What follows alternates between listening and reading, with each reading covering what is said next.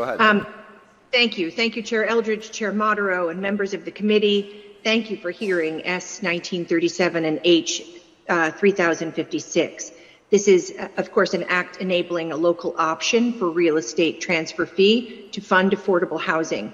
I want to thank the panel that just went before me, especially Chief Casper, who was once my chief of police, so her voice and her urgency means a great deal to me personally. The Local Options for Housing Affordability, or the LOHA Coalition, has organized testifiers, so I'll endeavor to be very brief here.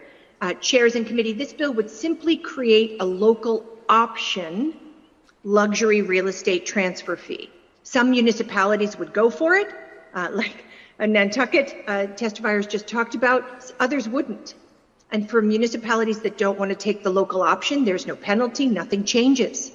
But those that do take the local option could impose in this bill a fee of between 0.5 to 2%. That's what's proposed on the transfer of what's called luxury real estate. Now, in this bill, the threshold for luxury real estate is proposed at $1 million or the county median sale price. So 1 million or the county median. That is the floor, chairs. A community can choose any amount above the floor. In some communities, a 1 million property may not be luxury. That community could apply the fee to sales over, say, 5 million or 10 million. Communities can set the threshold for what counts as luxury as high as they want. This bill would let them. They just cannot go below $1 million or the county median. All revenue in this bill generated from the transfer fee goes into that community's affordable housing trust fund. So it would be revenue only for affordable housing. And let me just say two more quick things. Number one, we know that the Affordable Homes Act, an important bill, will not provide Massachusetts with all of the money we need to build our way out of our housing crisis. And as the committee knows, we're in a housing crisis. Where I live in Western Massachusetts, it is quite acute, as it is across the state. We know that Massachusetts has lost hundreds of millions of dollars in federal revenue. And in our fiscal year 26 budget, we essentially cut together $1 billion. So we are feeling the headwinds of federal losses.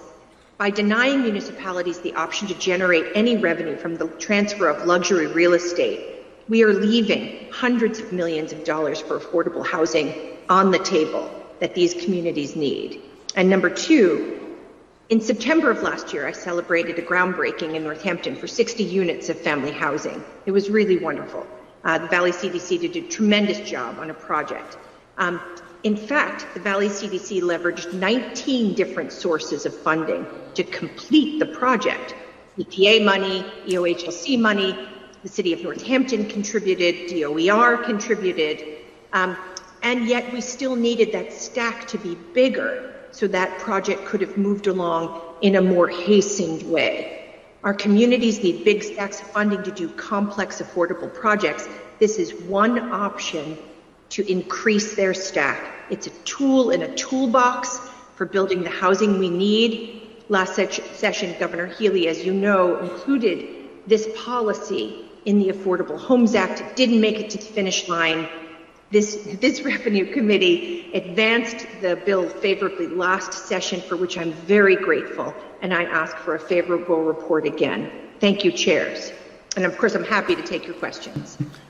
Great. Thank you so much, Senator Carmine. Thanks for your leadership on this statewide local option real estate transfer tax for a number of years. I just had one question, which actually comes from the town of Acton, which actually the select board voted just last night to endorse your bill, is questions around protecting seniors and first-time homebuyers that obviously may not have as much assets or money as far as owning a home or selling a home. Thank you so much. That's such an important question. I get that too, Mr. Chair. So the bill contemplates protections. And so let me get the language. So it says that any city, town, or regional affordable housing commission may, through the local ordinance or bylaws, exempt certain other transactions from the transfer fee, right? So it says basically you can set this up, right? It's a tool, and then you can tailor that tool.